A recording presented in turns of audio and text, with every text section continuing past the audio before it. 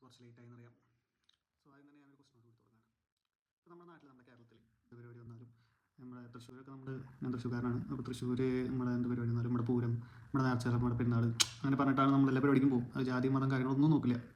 And നമ്മളിപ്പോൾ ഇവിടെ എന്ത് പരിപാടി ഉണ്ടെങ്കിലും, നമ്മുടെ നാട്ടിൽ എന്ത് പരിപാടി ഉണ്ടെങ്കിലും ജാതി മതം കാര്യങ്ങളൊന്നും നോക്കാതെ നമ്മളെല്ലാം സെലിബ്രേറ്റ് ചെയ്യാറ്, എന്ത് കാര്യമാണെങ്കിലും തന്നെ.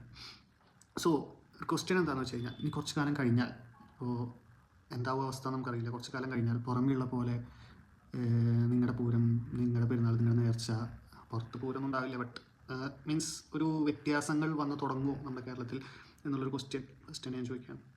അങ്ങനെ ഉണ്ടാകാതിരിക്കട്ടെ എന്നാണ് എൻ്റെ ഒരു ആഗ്രഹം. ബട്ട് അങ്ങനെ ഉണ്ടാവില്ലേ എന്നുള്ളതിൻ്റെ ഉത്തരം നിങ്ങൾ പറയണം. സോ ഞാൻ പറഞ്ഞതെന്ന് വെച്ച് കഴിഞ്ഞാൽ, നമ്മുടെ ഇലക്ഷൻ വരികയാണ്. അപ്പോൾ ഇലക്ഷൻ നാളെ 9-ാം തീയതി പിന്നെ 11-ാം തീയതിയാണ് നമ്മുടെ കേരളത്തിൽ ഇലക്ഷൻ നടക്കുന്നത്. എല്ലാവരും ഇനി ഇലക്ഷൻ ബൂത്തുകളിലേക്കാണ് വോട്ട് ചെയ്യാൻ പോവുകയാണ്. സോ എന്താണെന്ന് വെച്ച് കഴിഞ്ഞാൽ, ആർക്ക് വോട്ട് ചെയ്യണം എന്നുള്ള കാര്യമാണ് ഞാൻ പറയല്ല. ആർക്ക് വോട്ട് ചെയ്യണം എന്ന് നമ്മൾ തന്നെ സ്വയം ചിന്തിച്ചും കണ്ടിട്ടൊക്കെ വോട്ട് ചെയ്യുക.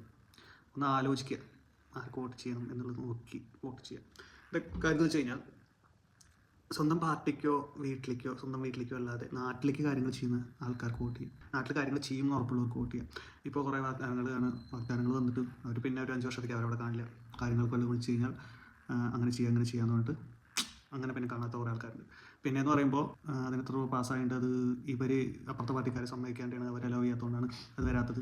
സോ ഇങ്ങനെ അപ്പുറത്തെ തലയിലിട്ടിട്ട് പാസ്സായിട്ട് അപ്പുറത്തെ പാർട്ടിയുടെ തലയിലിട്ടിട്ട് അത് നടത്താൻ പറ്റാത്ത ആൾക്കാർക്ക് വോട്ട് ചെയ്യരുത്. മീൻസ് ഇപ്പോൾ നമ്മുടെ അവിടെ ഒരു കാര്യം ചെയ്യാമെന്ന് പറഞ്ഞു, എന്നിട്ട് കുറച്ച് കാലം കഴിഞ്ഞ് അത് ചോദിക്കുമ്പോൾ അത് പാസ്സായിട്ട് അത് അവിടെ കിടക്കുകയാണ്, പഞ്ചായത്തിലാണ് എന്തിലാണെങ്കിലും അവിടെ കിടക്കുകയാണ്.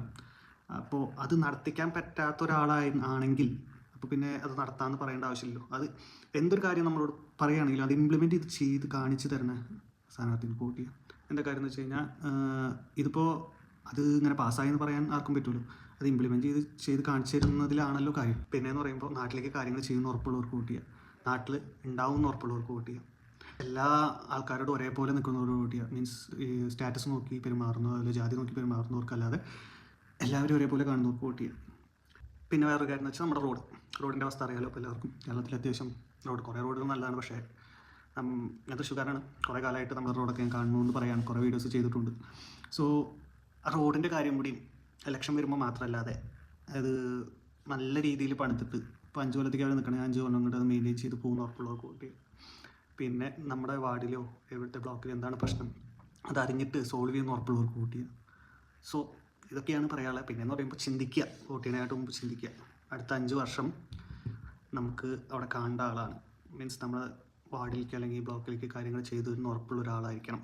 ആൻഡ് നമ്മളിപ്പോൾ ഉള്ള ഒരു ഈക്വാലിറ്റിയും കാര്യങ്ങളും നശിപ്പിക്കാത്ത രീതിയിൽ പോകുന്നൊരു രീതിയിലായിരിക്കണം ഇനിയുള്ള 5 വർഷം. അപ്പോൾ ചിന്തിച്ചിട്ട് വോട്ട് ചെയ്യുക.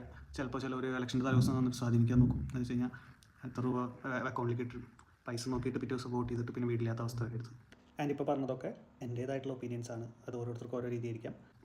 അപ്പോൾ ഓക്കെ, എല്ലാവരും പോയി വോട്ട് ചെയ്യുക. വോട്ട് ആരും മിസ്സാക്കരുത്. അതിപ്പോൾ പുതിയ തലമുറയായാലും പഴയ തലമുറയായാലും ആരായാലും വോട്ട് മിസ്സാക്കരുത്. എല്ലാവരും പോയി വോട്ട് ചെയ്യുക. Okay, by.